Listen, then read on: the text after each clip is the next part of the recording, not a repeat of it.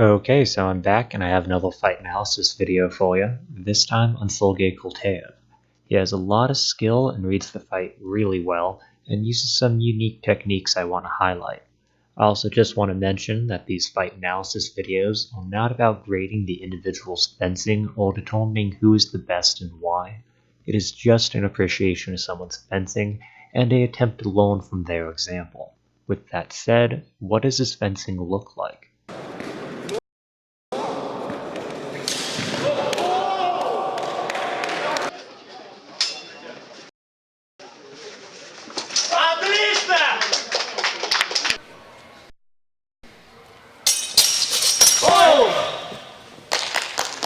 Is it possible to learn this power? Yes, just watch this video and practice what you see. The attribute that stood out the most is that Kultaev reads the fight well. If his opponent initiates, he addresses the threat, maintains measure until he can retake the momentum and counterattack. Most of his fencing takes place in the wide game, and he does well at maintaining that measure. The vast majority of the exchanges I saw, his fencing was not only in the wide game, but is mostly defensive. He likes to sit and flug and wait. When the attack comes in, he displaces the opponent's weapon, then cuts right back down. It is quite simple, but very effective.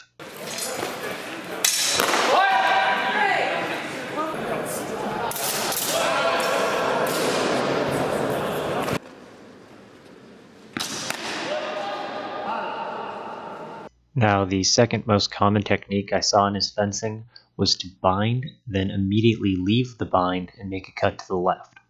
He does this in a wide range of scenarios, whether he is initiating the exchange or acting defensively. It is generally done from Vomtog, but he oftentimes initiates with a thrust from Flug that morphs into a cut to the left. Unsurprisingly, if the cut to the left fails, then he will alternate from left to right.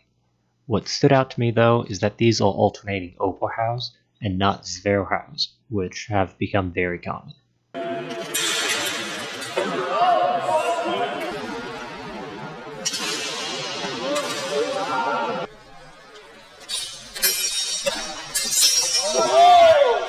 One term kept coming to mind while watching Kultaev fight, and that term was action of aggression. I say this as many of Kultaev's techniques are defensive and have him waiting for that window of opportunity to counterattack, while some of his techniques are just very aggressive. This can most easily be seen when he jumps in with a vertical strike to the head.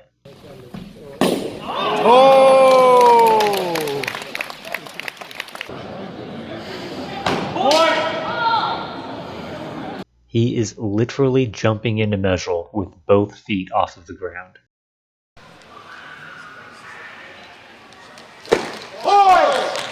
Personally, though, I'm really impressed with how effective this technique tends to be. You see another example of this when he ends up in a close bind. He will try to maneuver around a bit before he makes a powerful cut to the left side of his opponent's head. Essentially, though, this is just the same technique as previously described, where he tries to displace the opponent's weapon, then cut to the left. Except in this scenario, the opponent's momentum carried them into the close game, resulting in the close bind.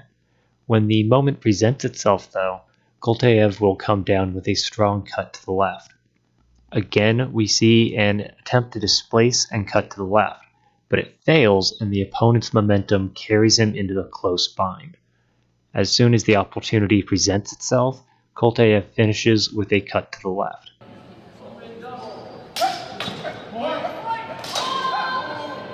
There is also some examples where he aggressively counterattacks, resulting in his opponent falling back.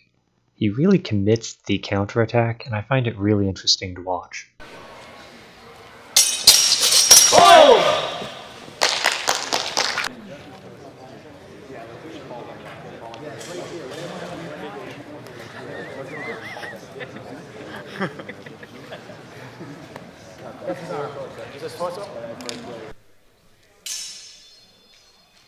It was at this moment he knew. He fucked up. Oh, there you go. Tap to the kneecap. Oh, you see, nice. Now, whenever I try to make jokes or point out something like aggression in HEMA, I always end up with some salty comments, so I want to preemptively address some of them now. Number one is that aggression is incredibly subjective. Every tournament, club, and individual has a slightly different idea of what is and is not excessive use of force or aggression.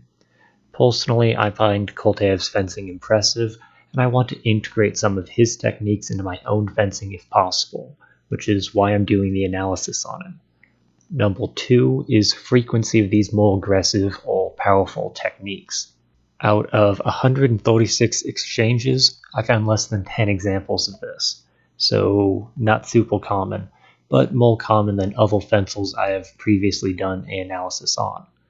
Lastly, I think some techniques require a certain level of aggression to be successful. You need to commit to certain actions completely, or they will just fail. I think this is most easily absorbed in thrusts. If you do not fully commit to a thrust and commit your forward momentum beyond your point of balance, it will be very difficult to land a thrust to a deep target like the head or chest. To illustrate this point, notice how the top half of his body is beyond his point of balance as he commits his momentum to the thrust. It allows him to cover ground quickly and land the hit before his opponent can react and displace his weapon. Although Kultaev executes thrusts very well, this is not unique to him. This is how a lot of thrusts are executed, and my point with this is that a certain level of aggression is needed to pull off certain techniques. However, because the technique has so much committed momentum, they also tend to hit with a lot of force.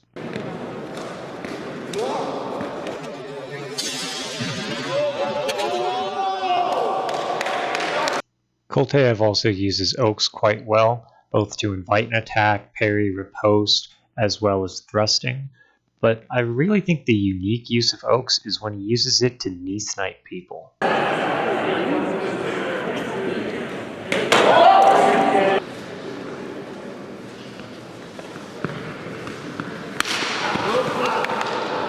He will also snipe from flug, but that requires a little bit more of a wind-up that kind of telegraphs it.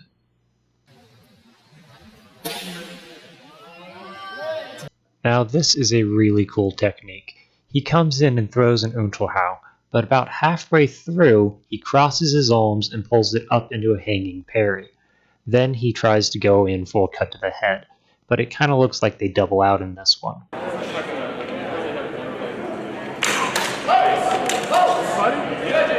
We see the same technique again with the Unterhau, crosses his arms up into a hanging parry, and he goes in for the strike to the head.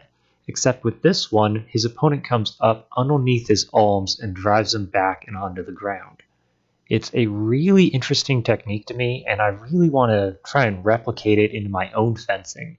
Except I think I'm going to try it at a little bit farther distance, as what seems to have gone wrong here is that he did it a little bit too close.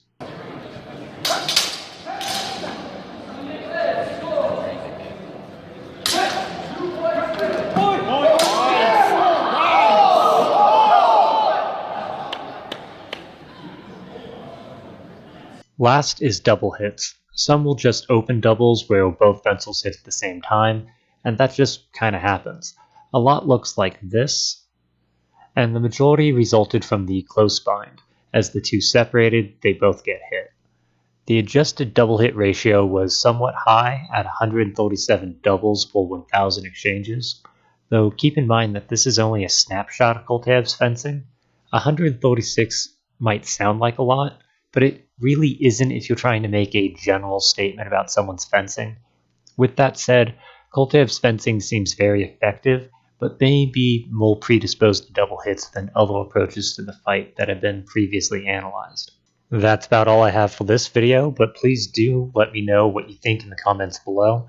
Let me know what you liked, disliked, agreed, or disagreed with, as well as what techniques or attributes you might want to try to incorporate into your own fencing. If you like my content, go check out the Facebook page, as I post things there that I do not post on YouTube. Thank you, and I look forward to the next video.